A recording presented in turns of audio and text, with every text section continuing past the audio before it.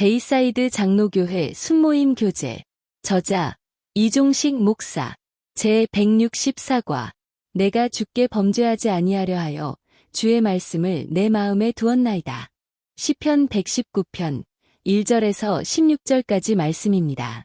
행위가 온전하여 여호와의 율법을 따라 행하는 자들은 복이 있으며 여호와의 증거들을 지키고 전심으로 여호와를 구하는 자는 복이 있도다.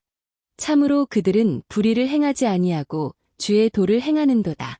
주께서 명령하사 주의 법도를 잘 지키게 하셨나이다. 내 길을 굳게 정하사 주의 율례를 지키게 하소서. 내가 주의 모든 계명에 주의할 때에는 부끄럽지 아니하리이다. 내가 주의 의로운 판단을 배울 때에는 정직한 마음으로 주께 감사하리이다. 내가 주의 율례들을 지키오리니 나를 아주 버리지 마옵소서. 청년이 무엇으로 그의 행실을 깨끗하게 하리이까? 주의 말씀만 지킬 따름이니이다. 내가 전심으로 주를 찾았사오니 주의 계명에서 떠나지 말게 하소서. 내가 주께 범죄하지 아니하려 하여 주의 말씀을 내 마음에 두었나이다. 찬송을 받으실 주 여호와여, 주의 율례들을 내게 가르치소서. 주의 입의 모든 규례들을 나의 입술로 선포하였으며 내가 모든 재물을 즐거워함 같이 주의 증거들의 도를 즐거워하였나이다. 내가 주의 법도들을 작은 소리로 읊조리며 주의 길들에 주의하며 주의 율례들을 즐거워하며 주의 말씀을 잊지 아니하리이다. 아멘. 오늘 본문에서 시편 기자는 범죄하지 아니하려 무엇을 자기의 마음에 두었다고 하였습니까? 그리고 그것이 당신에게 주는 교훈은 무엇이라고 생각하십니까? 오늘 본문인 시편 119편은 작자 미상입니다. 그러나 많은 학자들은 다윗이 저자라고 추정합니다. 시편 119편은 성경에서 가장 긴 구절을 가지고 있는 장입니다. 그리고 시종일관 하나님의 말씀을 찬양하고 있다는 것이 특징입니다. 특별히 오늘 본문에서 우리가 눈여겨보아야 할 것은 11절 말씀입니다. 11절 말씀은 성도로서 꼭 놓치지 말아야 할 아주 중요한 말씀을 하고 있기 때문입니다. 오늘 본문 1절에서 8절 말씀은 자신이 하나님의 법을 잘 지킴으로 복이 있다고 말하고 있고 그 법을 잘 지킬 수 있도록 해달라고 간구하고 있습니다. 우리는 이런 말씀을 대하면 참 부담이 됩니다. 우리가 주님의 법을 지키려고 노력하나 잘 안 되기 때문입니다. 그래서 말씀이 의도하는 바는 잘 아는데 어떻게 그렇게 살 수 있을까를 염려하게 됩니다.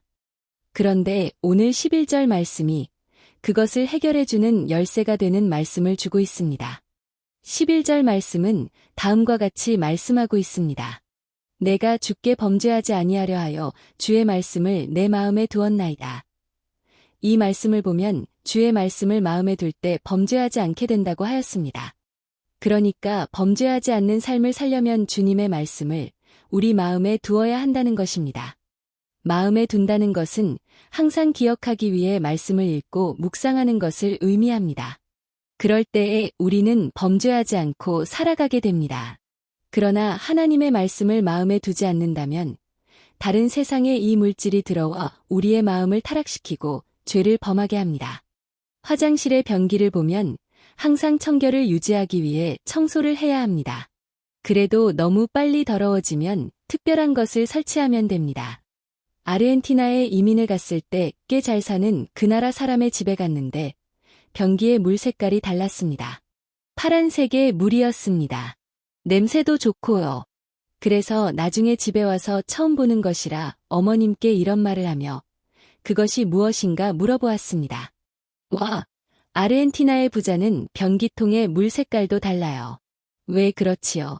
그랬더니 어머님이 웃으시면서 그것은 더러운 것이 끼지 않고 냄새도 좋게 하려고 설치한 것이라고 가르쳐 주셨습니다. 그렇습니다. 항상 변기야 청소하면 되지만 시간이 없어 할 수 없다면 무엇인가 설치해야 합니다.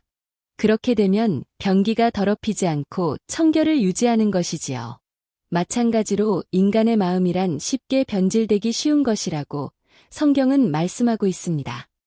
그리고 마음이 변질되면 하나님을 떠나게 되고 우리의 사면병이 찾아오듯이 문제들이 발생하게 되는 것입니다. 세상에 몰두하고 살다 보면 기도도 안 하게 되고 신앙을 다 팔아 먹고 살게 되기 때문입니다. 그러므로 이처럼 그런 쉽게 변질되는 일을 막기 위해선 하나님의 말씀을 마음에 두어야 합니다. 그렇게 되면 범죄하지 않고 청결을 유지하며 살아가게 됩니다. 성도님들, 이런 이유로 성경을 암송하는 일과 묵상하는 것은 매우 중요합니다. 매일같이 성경을 읽고 묵상하는 이유는 그 말씀이 우리 마음에 거하게 하려는 것이고, 그 말씀이 하루를 깨끗이 살아가게 하는 원동력이 되기 때문입니다. 묵상한 말씀이 우리의 삶을 선하게 인도합니다. 그러나 그렇게 하지 않는다면 우리는 세상에서 거짓 선지자들의 말을 듣게 되고 유혹에 빠지게 됩니다. 템파베이 타임스에 다음과 같은 기사가 나왔습니다. 26살 먹은 윌리엄 조 존슨이란 사람이 어치바 크레딧 유니온에서 얼마의 돈을 강도질했다는 기사였습니다. 그는 오전 11시쯤에 은행의 텔러에게 가서 자신이 총을 가지고 있으니 현금을 내놓으라고 하였습니다. 그리고는 돈을 가지고는 도망쳤습니다. 그리고 그는 나중에 어느 호텔방에 숨어 있다가 잡혔는데 어떻게 그런 방법으로 강도하게 되었냐고 묻는 물음에 다음과 같이 답했다고 합니다. 구글에 물어보니 그런 방법을 가르쳐 주었다는 것입니다. 그 기사를 읽으며 다음과 같은 생각을 하게 되었습니다. 요새는 참 편리해져서 모든 것을 구글에 물으면 된다고 생각하는구나. 그러나 구글은 뭐든지 가르쳐 주지만 그것은 생명의 길은 아니라고요. 그러므로 우리는 물론 구글을 통해 정보를 얻는 것은 중요하지만 우리의 삶을 가치 있게 그리고 보람 있게 하기 위해서는 성경에 물어야 한다고 확신합니다. 지금 우리 자녀들은 무엇이든지 AI에게 묻고 있습니다. 어쩌면 가장 위험한 행동이 아닌가 생각하게 됩니다. AI가 거짓 선지자가 되어 우리 자녀들의 가치관을 형성하게 만들고 있기 때문입니다. 이러한 때에 우리는 성경이 강조하고 있는 다음과 같은 말씀에 귀 기울여야 하겠습니다. 이스라엘아, 들으라. 우리 하나님 여호와는 오직 유일한 여호와이시니 너는 마음을 다하고 뜻을 다하고 힘을 다하여 내 하나님 여호와를 사랑하라. 오늘 내가 내게 명하는 이 말씀을 너는 마음에 새기고 내 자녀에게 부지런히 가르치며 집에 앉았을 때에든지 길을 갈 때에든지 누워있을 때에든지 일어날 때에든지 이 말씀을 강론할 것이며 너는 또 그것을 내 손목에 매어 기호를 삼으며 내 미간에 붙여 표로 삼고 또 내 집 문설주와 바깥문에 기록할지니라. 성도님들, 하나님은 가나안에서 자손들이 은혜 가운데 번성할 수 있는 오직 한 길을 제시하셨습니다. 그것은 부지런히 하나님의 말씀을 가르치고 읽고 묵상하는 것이라고 하였습니다. 그리고 그 말씀을 따라 사는 길이라고 하셨습니다. 그러므로 우리의 성공적인 삶을 위해선 다른 길은 없다는 것을 기억해야 하겠습니다. 오늘 이 시간 성경 말씀이 가르쳐주는 대로 하면 하나님이 길을 열어가실 줄로 믿고 기도에 임해야 할 줄로 믿습니다.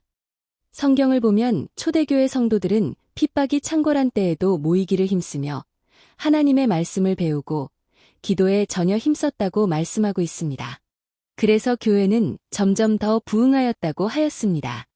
이 말씀대로 삶으로 놀라운 하나님 나라 확장과 가정과 사업의 은혜를 부으시는 귀한 역사가 있기를 주님의 이름으로 축원합니다. 당신은 하나님의 말씀이 자신을 복된 길로 인도한다는 것을 체험한 적이 있습니까? 그것을 서로에게 말해봅시다. 오늘의 말씀을 통하여 새롭게 느낀 점과 결단하는 바를 서로 나누어 봅시다.